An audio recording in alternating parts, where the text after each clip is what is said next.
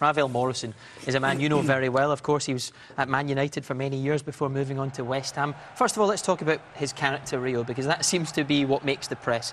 There's no doubting his quality on the park, but this is the kind of question marks that are raised. That was the clash with Wilfried Zaha in the last match. Yeah, I think he's doing a fantastic job at the moment of trying to grow and mature into a top-level player. Obviously, it's been well documented that issues off the pitch have been going on in his life over the years, but he's improved dramatically over the last year. You've seen that he's playing regular football for West Ham now and showing moments of brilliance that we all know he had. Do you see maturity in his play as well then? Yeah, definitely. I mean, but he's always had that in him. He can play one touch as good as anyone I've seen. He can play two touch, and then when he wants to dribble and get on the ball like here, he can just sit people down and terrorise defenders. And he does things that I'd pay to go and watch him train, let alone go and watch him play in a match. David, we saw this firsthand, what he did that night against Lithuania. Yeah, I'm growing to like him more and more, to be fair. I mean, this little montage here has obviously shown the majority of his good stuff. As Rio says, he looks like he understands the game.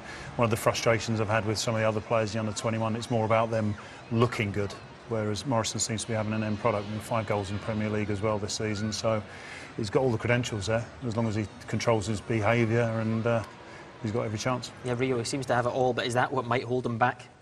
I hope not, because ever since the first day I saw him, and I remember the old boss said to me, look at this kid number 7 on the training pitch, come and watch him for a minute.